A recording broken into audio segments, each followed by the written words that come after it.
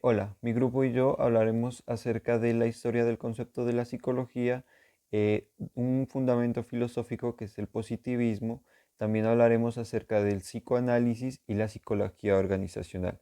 Nosotros somos estudiantes de la Universidad CESMAC de primer semestre para la materia de movimiento psicológico. La psicología nació en 1879 en Alemania con el científico Wundt, quien fue el fundador y utilizó el término voluntarismo para describir su visión de la psicología. Su origen aún puede verse como difuso para algunos y no se puede establecer un origen exacto de la psicología en todos los lugares del mundo. Lo que sí existen son algunas evidencias de que la palabra psicología apareció por primera vez en el siglo XVIII y fue implantada por el filósofo alemán Christian Wolff. Este pensador fue quien definió la psicología como la ciencia que estudia el alma. No fue extraña esa definición, teniendo en cuenta que otras grandes mentes, como lo fue Descartes, también separaron el cuerpo de la mente del ser humano, delimitando así al cuerpo y al alma como dos espacios independientes. En sus inicios se definió como un estilo subjetivo sin ninguna base científica, responsable por un análisis que nace desde la observación y la proyección. Sin embargo, en el siglo XIX, Wilhelm Wundt fue quien decidió fundar el primer laboratorio de psicología experimental en todo el mundo. Lo que hizo esa psicología experimental fue exponer una afirmación revolucionaria. Esto quiere decir que estudiar la mente humana requiere de dos ciertos experimentos y bases científicas, y así fue que se pudieron observar dos principios contrarios entre sí. Bueno, lo que hizo esta psicología experimental fue exponer una afirmación revolucionaria. Esto quiere decir que estudiar la mente humana requiere de ciertos experimentos y bases científicas, y así fue que se pudieron observar dos principios contrarios entre sí.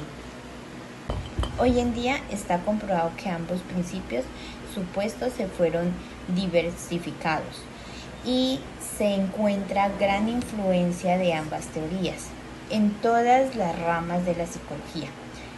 Más allá que es sumamente importante que la psicología se establezca como una ciencia, dejó en claro que no solo se trata de una disciplina exacta y perfectamente previsible. A partir de allí, los estudiosos psicólogos tomaron caminos extremos, pero complementarios.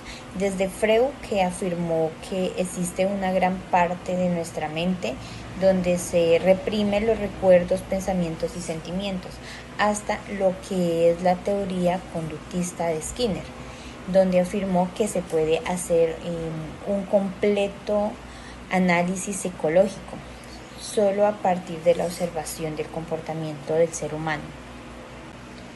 Uno fue que la mente humana solo se puede estudiar mediante el análisis subjetivo y la proyección de los pensamientos, y la otra que debe ser una ciencia puramente experimental y empírica. Ahora, como segundo punto, voy a hablar sobre una corriente filosófica como lo es el positivismo.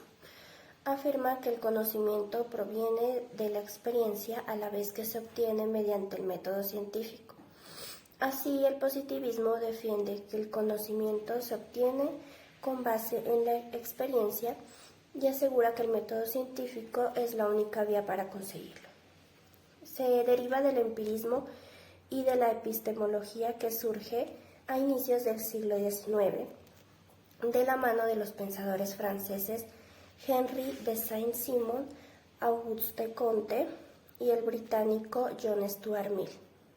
El positivismo se extiende y se desarrolla por el resto de Europa en la segunda mitad del siglo XIX. La ley de los tres estados es la base fundamental de la filosofía de Auguste Comte. Esta ley de los tres estados es una teoría concebida en su obra Curso de Filosofía Positiva en los años 1830 y 1842. Esta afirma que la ciencia pasa por tres estados teóricos diferentes. El primero es el estado teológico o ficticio, el segundo es el estado metafísico o abstracto y por último el estado científico o positivo. Psicoanálisis. El psicoanálisis fue desarrollado por el médico vienés Sigmund Freud y es el estudio y tratamiento terapéutico de los trastornos psicológicos, también de la estructura y el funcionamiento de la psique a partir del inconsciente.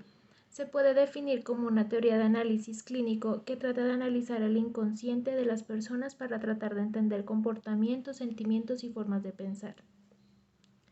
El psicoanálisis ayuda a entender al paciente que el daño viene desde el conflicto interno, de tendencias e impulsos que no acepta, y no de afuera. Se trata de hacer consciente lo inconsciente, ya que si no lo descargara en forma de síntomas, actos fallidos y sueños, la terapia psicoanalítica es un proceso terapéutico que intenta resolver los problemas psicológicos de las personas teniendo en cuenta sus fantasías, pensamientos, emociones, sentimientos y sueños, es decir, su mundo interior. En los últimos siglos, la psicología organizacional, o también conocida hace unos años atrás como la psicología industrial, se ha ido consolidando como disciplina clave para el desarrollo y bienestar de las organizaciones. La mayoría de sus profesionales ocupan puestos en recursos humanos, donde tienen mayor peso relacionados con la gestión empresarial. Si no sabes acerca de la psicología organizacional, acompáñanos. La psicología organizacional, por definición, es la rama que se encarga del estudio del comportamiento de los individuos y grupos que pertenecen a una organización, de cómo son sus relaciones entre sí y la influencia del contexto organizacional.